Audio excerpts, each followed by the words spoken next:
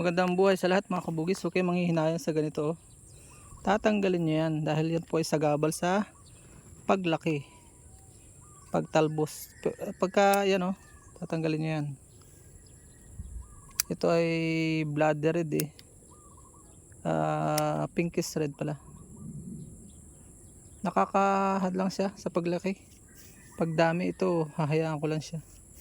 Gagawa ako dito nung ini-split.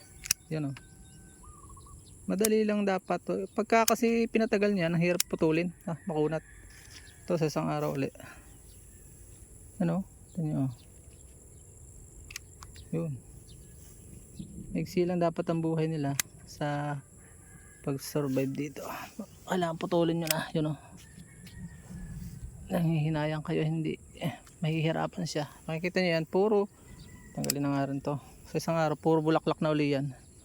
At pwede naman na yung kuhanan ng pananim. Ito ko lang tanggalin itong isang to. Pagka ginayan mo, pag pinutol mo sa dulo at kinuha mo ng pananim, ang bilis niyang tumalbos. Yun ang observation ko. Hindi lang basta nagkukulik ako ng wisdom sa iba. Huwag nyo nang panghinayangan mga kawawa na po. Dadami ang yan, dinadamo ng aking ito, ang daming bulaklak na ito itong isang to.